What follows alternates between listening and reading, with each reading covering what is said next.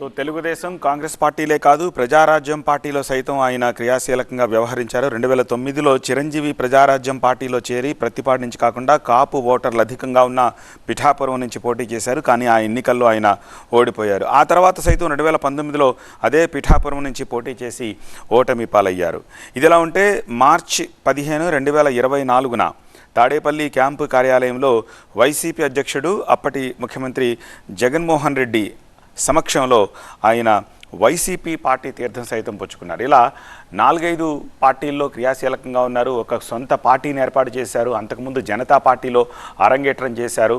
అనేక పదవుల్ని కూడా అనుభవించారు. సుదీర్ఘ రాజకీయ అనుభవం ఉన్న 73 ఏళ్ల ముద్రగడ కొద్దిసేపటి క్రితం హైదరాబాద్లో గడిచిన నెల రోజులుగా చికిత్స పొందుతూ కన్నుమూశారు.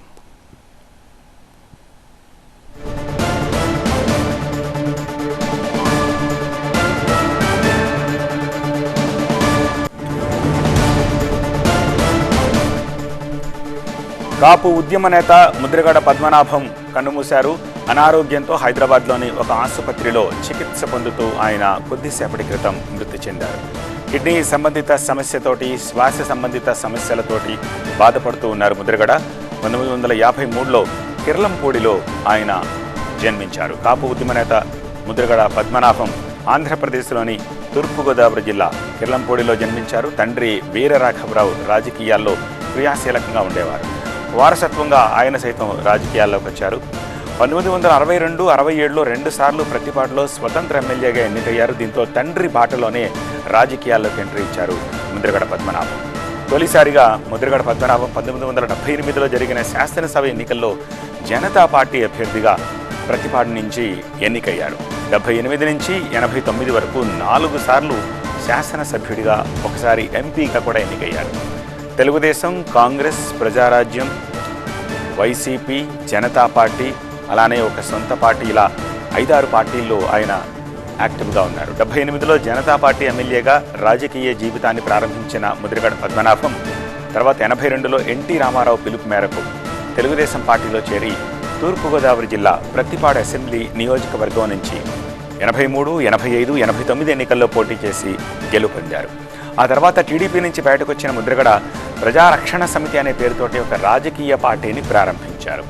తెలుగుదేశం, కాంగ్రెస్లో ఉన్న కేఈ కృష్ణమూర్తి, కుందూరు జానారెడ్డి వీళ్ళతో కలిసి తెలుగునాడు అనే పార్టీని ప్రారంభించారు. 88లో అప్పటి ప్రధాని దివంగత రాజీవ్ గాంధీ పిలుపు మేరకు కాంగ్రెస్ పార్టీలో చేరారు.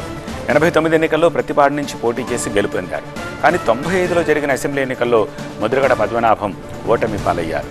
ఆ ఓటమితో నిర్వేదానికి లోనైన ఆయన ఇంకొకసారి నేను ప్రతిపాడు నుంచి పోటీ చెయ్యనని అక్కడి నుంచి పిఠాపురానికి షిఫ్ట్ అయ్యారు. తర్వాత 99, 2004 ఎన్నికల్లో కాకినాడ నుంచి ఎంపీగా పోటీ చేశారు.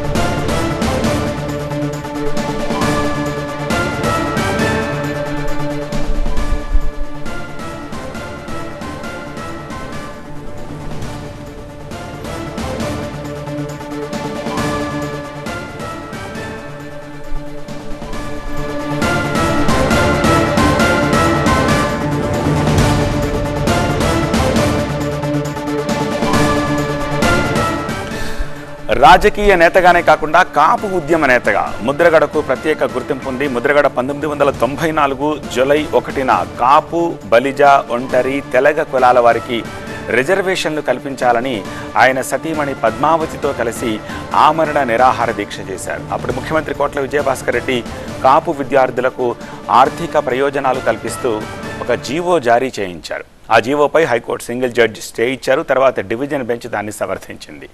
2016 జనవరి 31 నాడు తూర్పుగోదావరి జిల్లా తునిలో ప్రారంభమైన కాపు ఐక్య గర్జన సభ ద్వారా ఉద్యమ పంథాలోకి తీసుకెళ్లే ప్రయత్నం చేశారు. తునిలోని